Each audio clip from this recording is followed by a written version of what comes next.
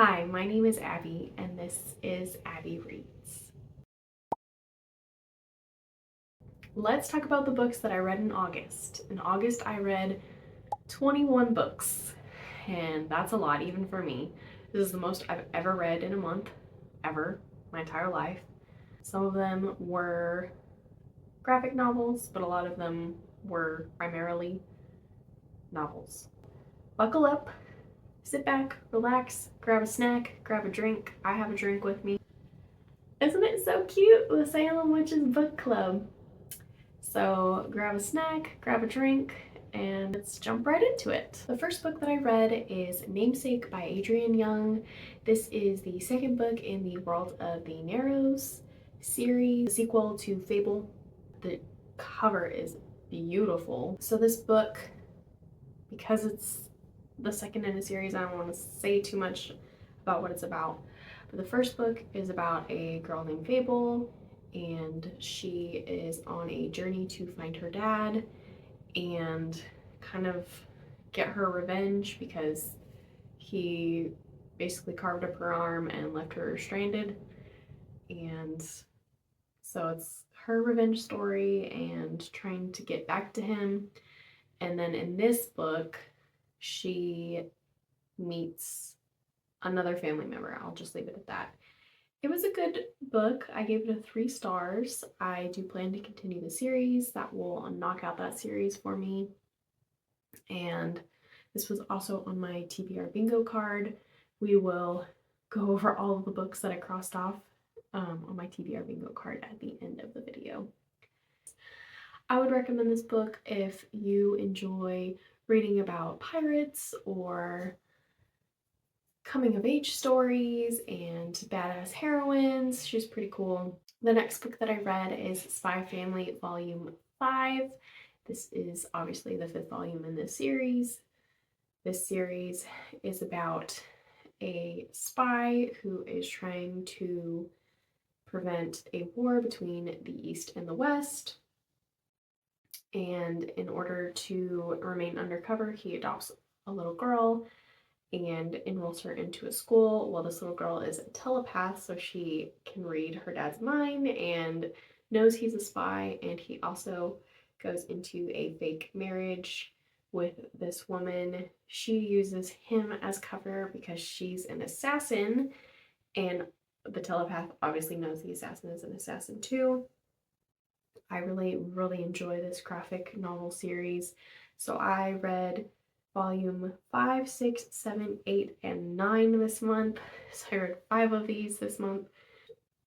It seems like a lot, but I have just been eating this series up, and I'm finally caught up in the series that I am reading missions that they call each chapter like a mission. I'm reading missions that are no longer in the show, so it's really interesting to actually see new material, for lack of a better term, because it's not technically new, but it's different than the show, and I'm really enjoying it. I gave each of these graphic novels between 4 and 5 stars. Some of them did get a little slow, so that's why they're more on the 4 end, but most of these graphic novels are 5s for me. The next book that I read is Into the Drowning Deep by Mira Grant, or Shauna McGuire. Mira Grant is her sci-fi pen name. This book is about this ragtag team of experts going down to the deeps to look for mermaids. This book made me feel so claustrophobic. Like, you're stuck on a boat with these characters. These characters keep running into each other because it's a small setting. They are experts in their field. There's disability representation. It is so well put together. I really enjoyed this book. And it does turn into a horror book, which I'm not huge into horror, but I really enjoyed this one. It's claustrophobic and spooky and eerie. This book reminded me of The Lost City of Atlantis, the classic Disney movie. and I really, really enjoyed this. I would definitely recommend this book if you like sci-fi. There was definitely a lot of science that went into the explanations of things, and I would recommend this if you have any interest in mermaids. That's why I picked it up, and I was not disappointed. If you do not like gore, though, I would definitely avoid this one because it does get a little graphic, but it is so good if you enjoy mermaids and spooky and being stuck on a vessel at sea. And oh, yeah, it was very suspenseful. Yeah, gave me all the feels. It was perfect for diving into spooky season. I gave this book 4 stars. On the opposite end of the spectrum, the next thing that I read was Finley Donovan Rolls the Dice. This is the 4th book in the Finley Donovan series. This series is about a woman named Finley Donovan. She's an author. In the very first book, she meets with her agent, talks about killing off a character in her book, and a woman overhears her and thinks that Finley is a hitwoman and tries to hire Finley. And the mark that this woman gives Finley actually turns up dead. So shenanigans ensue. This book being the 4th book in the series, a lot has happened since the first book, but the essential premise is Finley goes out of town with her best friend, her ex-husband, her mom, and her children, and some illegal things go down that Finley may or may not be involved in, and her cop boyfriend or romantic interest shows up, and it's suspenseful and funny. I love the dynamic between Finley and her best friend. They're hilarious, and I definitely would recommend picking these books up because it's like reading a comedy. It's funny. It's a comedy, and there's a little bit of steam in these, so I definitely recommend picking these up. This was a 4.5 stars for me. I also picked up Veronica Ruiz Breaks the Bank. This is the backstory of Finley's best friend, her name's Vero, before she meets Finley and getting a job at the bank. It's a very short story. I don't even think that it's available in print because when I looked on Amazon, I couldn't find a print version. It was just the audiobook. So it was very good, super short, sweet, simple to the point, but it fit right in with the rest of the books. I gave this book a 3.5 just because I felt like there could have been a little more to it. Just the 2-hour audiobook was just a little too short for me. But I get it's a novella, not a novel. The next book that I read is called Just for the Summer. This is by Abbi Jimenez, and this book is the 3rd book in the Part of Your World series. These are more of companion novels. However, I do believe that you should read Part of Your World, Yours Truly, and then Just for the Summer because they're in chronological order and they have characters that come into play later. Kind of get that little Easter egg, like, I've read this character before, or I've heard that name before, that kind of thing. It's kind of like how Emily Henry has like little Easter eggs in her books too. Anyway, this book is about Emma and Justin. Justin posts on Reddit that he believes that he is cursed because every time him and his girlfriends break up, they move on to find the one. And Emma reads this Reddit post and decides to reach out to Justin because she is also cursed. They end up hitting it off. Emma works as a travel nurse and makes an agreement to come to Justin's area and will work near him for the summer, hence the name, Just for the Summer.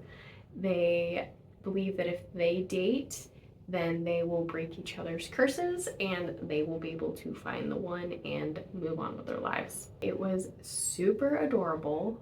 Like, I love these characters so much. This was definitely my favorite out of the 3 Part of Your World series books, and I definitely want to reread this. Like, I already read it this month and I already want to reread it because these characters are just so adorable. I love Emma and her relationship with her best friend. Emma has a difficult relationship with her mother, and that is talked about a lot in this book. And Justin has a really adorable dog. He's super funny. He makes surveys about what he should and shouldn't do on their dates. It's beautiful. I hope that you guys pick this one up. This was a 5 stars for me. And I'm not usually a romance girly, but I ate this one up. The next book that I read is The Silver Chair by C.S. Lewis. This is part of the Chronicles of Narnia series. This is the 4th book in publication order, but the 6th book in chronological order. I read these in publication order, so I could see why, like, reading the whole series now, having read the whole series, I can understand why some of the books were where they were at. This one, I don't feel like it really matters when you read this one. This book is about Jill and Eustace, and they were put to the task to rescue Prince Rylin from an evil witch and a silver chair, hence the name. I gave it a 4 stars because I did still enjoy it. It was easy to digest, it wasn't hard to understand, and it's also a children's novel, so I know it's not going to be too deep. I really liked the adventure that they went on underground and all the strange, wonderful characters that they met along the way. I definitely think that you should pick up this series because reading it for the first time as an adult, I think it's worth the read. I don't really know if you should read this in publication or chronological order. I guess chronological would be the better bet. Next, I read What Alice Forgot. This is about a woman who went to her gym and fell and hit her head, and she ends up forgetting the past 10 years of her life. She thinks she's 29 years old, pregnant with her first baby, and it's 1999. When in reality, it's 2008, she's about to turn 40, and she has 3 children and on the verge of a divorce. I loved this book. It made me think so hard about my life. Like, if I were to wake up tomorrow and I didn't remember the last 10 years of my life, what would that be like? Leanne Moriarty does such a good job, kind of sneaking in details. I gave this book a 4 stars. The reason it wasn't a 5 is because this would have had to be set in the past, because today we have camera phones. Like, I can go on my Google Photos and, like, look what I did the past 10 years, you know? So I think because smartphones were not really around in the 1990s to early 2000s, it was easier for Leanne Moriarty to get away with this. Additionally, Alice has a bunch of family, and none of them want to explain what the heck is going on with her life. Like, they all are just like, oh, you'll figure it out. Like, none of them sit down and tell her about it. And I feel like the only reason they did that was just to drag on the plot. I would recommend this book because it definitely makes you think about, if I were to wake up tomorrow and forgot the last 10 years of my life, what would I think about? What happened in the last 10 years, you know? It's a good book. And it was really easy to read. It only took me a few days to read, so. The next book that I finished with my husband is Lord of the Rings. We actually started reading this book in January. We read it aloud to each other. Well, he reads it to me. I don't read out loud. He would read this book to me out loud before bed, and that's how we would unwind for our day. So we finally finished this baby, and it was so good. I am so glad that we are diving into J.R.R. Tolkien's writing.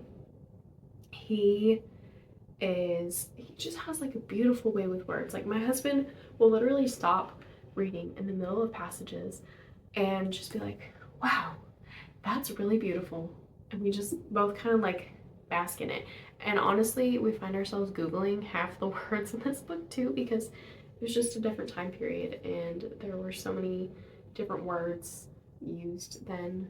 So I kind of wish that we had marked these when we were reading, like, oh, this is a new word, oh, this is a new word. Maybe when we pick up the next couple books, we will keep track of our words that we're learning along the way. This is a high fantasy, and it is about Frodo. Frodo is a hobbit who goes on,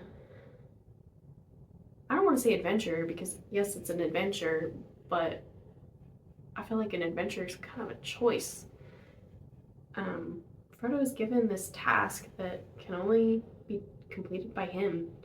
He is given the Dark Lord Sauron's ring and has to go destroy it. So, in order to do that, he travels very far from home. He's never been out of the Shire, and he ends up running into dwarves and elves and men of Middle Earth. I don't even think he's seen a man of Middle Earth, to be honest, before this book. And he goes on this adventure to take care of business. This is just such a beautifully written book, and I hope that if you liked the movies, which I've seen all the movies, I grew up watching them, I would recommend reading the books, because the movies, at least the first book, the movies really did the book justice, and I think that you will be very pleased with how the book turns out. I rated this book 4.5 stars and will definitely recommend this to anybody that enjoys fantasy, high fantasy, low fantasy. This is actually a really good world building, so I don't feel like it was too complicated to understand. Continuing on in the Chronicles of Narnia, I read The Horse and His Boy. This book is about an orphan boy that is about to be sold into slavery, and he finds a talking horse, and the horse convinces him to escape with both of their lives. So the horse and the boy go on this adventure. This is the third book in chronological order and the fifth book in publication order. Yes, the fifth book in publication order. This is set during the time when Peter and his siblings are king and queens of Narnia. This would be why it is third in the chronological order. I gave this book 3 stars. I thought it was very short, kind of forgettable to be honest, but I did enjoy it. The next book that I finished is The Blue Tattoo, The Life of Olive Oatman. I did have a physical copy of this book, but I actually gave it to my mother-in-law because I will not be keeping this book. I thought it was a very quick read. I finished it in a day. However, I felt like the author told the story of Olive Oatman like we already should know who she is. This book is about Olive Oatman's life. It is an autobiography. Olive Oatman was a young girl when her family was murdered, and she was kidnapped by a tribe of Indians, and they ended up selling her or trading her to the Mojave people, and the Mojave basically adopted Olive, and she grew up with them, and eventually times got tough, and Olive was traded for some blankets to the white people. Olive is kind of living in between these two worlds. She has like the facial tattoos of the Mojave people. She has a Mojave name. She learned their language, and now she has to go back to white society and start all over again. She used to hold lectures. She was very well educated, especially for a woman of her time. So it was a very interesting read. I did learn a lot about this woman's life. But at the very beginning, it does tell the story like we should already know who Olive is. And then it gives us more background information about the Mojave culture and Olive's life after she gets back to white society. It doesn't really talk about her life with the Mojaves. It's almost like it is taboo for her to talk about it, even though she had lectures talking about this. So it was an okay read. I gave it 3 stars, and hopefully my mother-in-law will enjoy it more than I did. The next book that I read is Beyond the Wand by Tom Felton. I listened to this on Audible. I really enjoyed this book. However, I will say I listened to a lot of memoirs, and I guess I don't know if this is just his style, but it felt more like he was telling little snippets of his life. Like, oh, here's a funny anecdote, here's a funny story about my life, versus, hey, this is my, like, when I read Matthew McConaughey's book, it was, this is my life, this is how I grew up, this is how I met my wife, this is this, this is this. When Tom, he shared, like, funny stories of, you know, the director told me to say this and it was great, or this is how this audition went and I thought I was so good, and I wish that it was more fluid and shared more of his life. For that reason, I gave it a 4 stars. Usually I do give my memoirs that I read 5 stars because who am I to judge somebody else's life? That feels a little weird, but I did enjoy it, and I was happy that he was the one to narrate his book. Y'all eating your snacks and drinking your drinks because we're going for a while. The next book that I finished is Straight On Till Morning by Liz Braswell. This is the 8th book in the Disney Twisted Tales series. This book is about Wendy, and she uses Peter Pan's shadow to buy passage on Captain Hook's ship to Neverland. I feel like the story was more about Wendy. There was not a lot of Peter Pan in this book. He shows up in like the first couple chapters with Tinkerbell, and then it talks about Wendy and Tinkerbell, and then it talks about Pan like 60% into the book. Like, he doesn't pop up until 60% of the book. This book is definitely Wendy's story. I really appreciated the world building. I have read the original Peter Pan, and the original Peter Pan, it talks a little bit about Neverland, but it doesn't like flush out the details. I mean, it's a very short book. It's only like 200-ish pages, if that. So I think that Liz Braswell did a wonderful job fleshing out Neverland. She added some new creatures, I guess that would be a good word for it. There's some additional fairies in this book, and I really appreciated that. And she did put in the classic line of, I do believe in fairies, I do. And yes, I really enjoyed that too. I just think that I wanted a little bit more Peter Pan and not Wendy. And I also felt like this was more feminist vibes. Nothing wrong with feminism, but I just felt like Wendy was a little too mature. And that's kind of the premise of the book, though, because like, she's 16 when she goes to Neverland in this book. Her brothers don't go with her in this book, and the other characters comment like, oh, you're a little older, and you know, you're too old to come to Neverland the normal way. So it's really about Wendy growing up, how she thinks she wants to be in Neverland, and then she gets there and like almost immediately she's like, I don't think I want to be here, but I need to finish my task and give Peter back his shadow. So I won't spoil the ending for you. I did enjoy this book.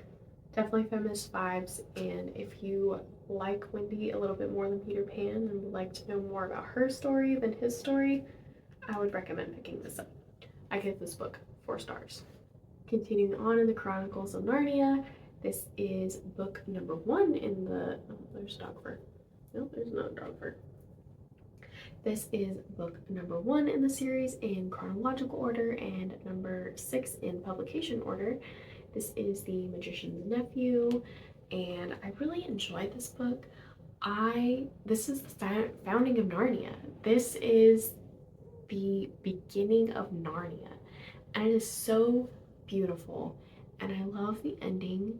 So please, if you are thinking about reading this series, chronological or publication order, it doesn't really matter, but this book is so good. It is so good. This is about Dickory and Polly and their friends at school. They end up going to Dickory's uncle, who thinks he is a magician, and he has these magical rings that teleport you to another world. And in this world, they find all sorts of different portals. It really, really reminded me of Sean McGuire's Wayward Children series, because they were wayward children. They went through these portals and they explored these different lands, and eventually they came across Narnia, and Narnia was born. They do have to overcome an evil sorcerer in this book, but the ending is just so good. I think that you guys will really like it if you pick this up. I can't explain this feeling this gave me. Like, it's whimsical, and it just made me feel really warm and cozy. I don't know. Please pick this up. Please, please, please. If you don't read any of the other books in the Narnia series, just read this one, because this is all you need. I gave this one 4 stars. I just wanted it to be a little bit longer. That's all. Finally finishing off the Chronicles of Narnia series. I'm so excited that I finally finished the series. It has been a few years since I started it. Anyway, this is The Last Battle. This is the 7th book in the publication order and the 7th book in chronological order. It is the last book.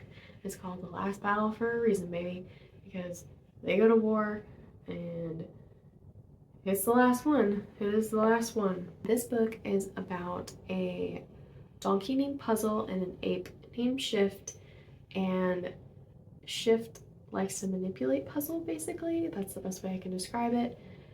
And they end up coming across a dead lion. I don't know how he ended up dying, but Shift ends up convincing Puzzle to put it on and pretend to be Aslan, and this starts this little downward spiral of, oh, Shift can, be the mouth for Aslan, and they get involved with another country, and the true Narnians do not wish to be involved with this other country, and that is what starts the last battle. This book, at the end, I didn't cry, but it definitely made me very tearful. I was so sad at the end of this book. I won't spoil anything for you if you're thinking about picking it up, but I gave it a 4.5 stars, and I think that this was a beautiful conclusion to this series. The next book that I read is The Fruit of the Dead by Rachel Ryan.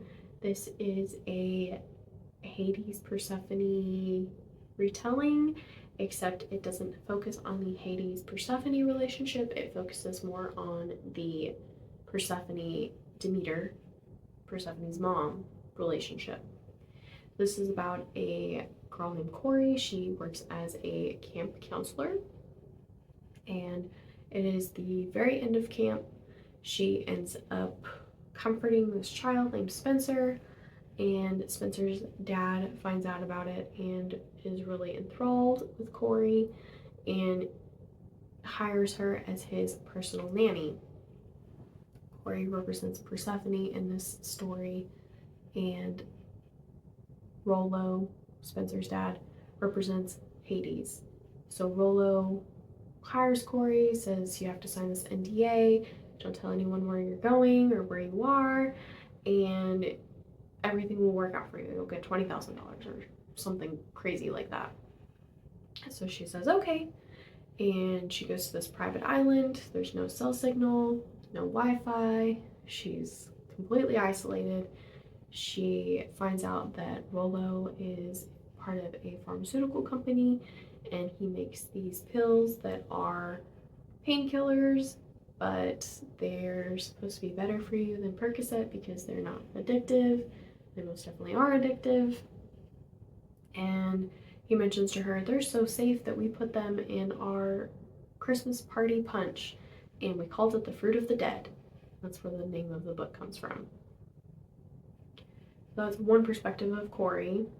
And then the other perspective is Emer, or Demeter. And Emer is a agricultural guru. She works really hard and has this multi-million-dollar company, and she kind of ignores her relationship with Corey, thinking that Corey will figure it out.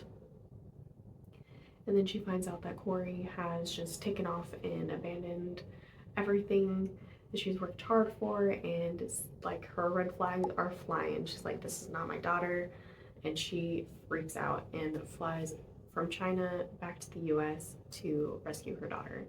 I really enjoyed this book. I thought it was a great spin on Hades and Persephone tale, because I don't really read a lot of, Demeter Persephone retelling, and I thought that the spiral that Emer goes through and Corey's going through her own little spiral, it felt almost like a fever dream sometimes. Like, it was so good. I gave this book 4 stars. I would definitely recommend this if you like weird books. There's no magic in it, but there's like just these like atmospheric moments where you're like, wait, is that really happening, or is this what's going on? It's really good. I don't know how Rachel Lyon did it, but I will definitely be picking up more of her works. And finally, the last book that I've read is called Spoonbenders by Daryl Gregory. This book is about the Telemachus family. So you have Teddy, who's the grandfather. He was married to Maureen, and Teddy's a con man. He does sleight of hand, and he sees Maureen, and he like instantly falls in love with her. Like, he's like, I am gonna make this woman my wife. And so he pawns his way into the CIA psychic program to meet Maureen, and Maureen is actually a clairvoyant. They have 3 children. They have Irene, Buddy, and Frankie, and the story follows their perspectives, Teddy's perspective, and Irene's son's perspective. And it is so good. Each of them have their own powers. So Teddy is a con man. He does still do his like little sleight of hand bits. Maureen has passed away at the present day of the book. So just talk a little bit about grief and how the family is still coping without their mom. She's been gone for a long time, but it's still something that affects them greatly. Irene is a human lie detector. Frankie can move objects with his mind. Buddy can see the future. And Irene's son, Maddie, can astral project. So I really enjoyed every aspect of this book in terms of powers, but, big but here, I didn't like, there's just like some gross bits, like just little gross bits, like they're like, yeah, just some gross bits. I'm gonna leave it at that, because I don't think I can say the gross bits on the internet. But I really liked the power aspect. I liked the family dynamic. They were clearly dysfunctional, but they were like oh yeah, we're dysfunctional, but we're still gonna help each other out because we love each other kind of dysfunctional. It reminded me kind of like the Silver Linings Playbook, also set in Chicago. It reminded me of that family dynamic where they're like, I love you, but I'm gonna scream at you because I love you, and that's how passionate I am about it, and this is how I show my love kind of situation. Yeah, but it was good. I really enjoyed all of the family aspects, but the gross bits, man, they were pretty bad. I gave this book a 3.25. So do with that information what you will, but I overall enjoyed it. Anyway, so those were all the books that I read. Let me tell you all my stats, fam, okay? Okay, hang in there. So for total pages, I read 6,380 pages. That is an average of 206 pages per day. Average days to read a book was 4.25 days, and my average rating was 4.01. That is an amazing reading month. That is so good. I read so good this month. I read 8 female authors, 5 male authors, 5 new to me authors. I read 9 middle grade, 2 YA, and 10 adult books. And then I read 10 fantasy, 1 romance, 2 thrillers, 5 other books, those graphic novels. I read the 5 spy families, 1 contemporary, no historical fiction, surprise, surprise, I don't read that, and 2 nonfiction books. I have caught up on 8 of my already started series towards my goal, and finally I have read 112 books total. So I've met my good read goal. My good read goal was 104. I wanted to read 2 books a week, and I have passed that. I don't know if I'm gonna up my goal or not, but I'm excited that I have read that.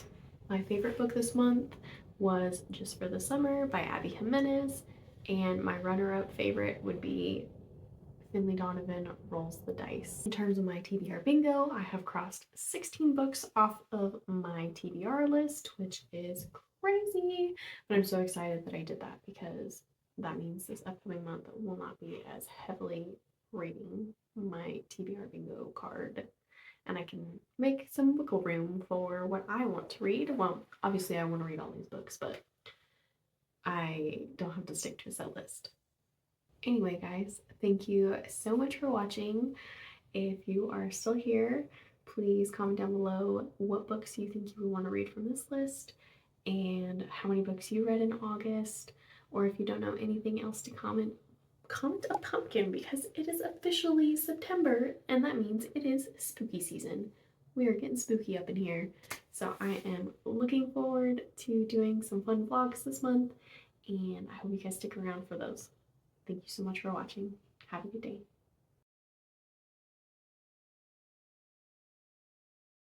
Hi, my name is Abby, and you're watching Disney Channel. I can't draw the Mickey Mouse head. In this book, if you really like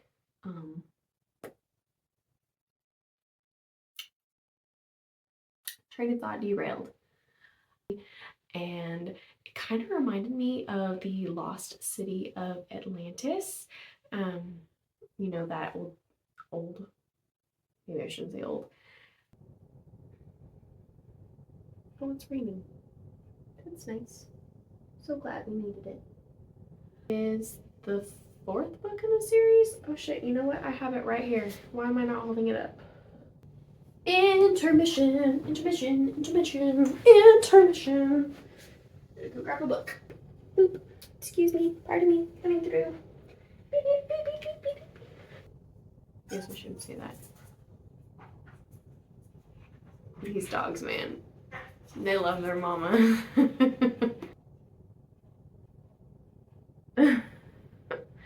My husband is ushering the pugs away. Oh, he's so good. This book is about a Frodo. This book about... I'm gonna stop talking about that one now.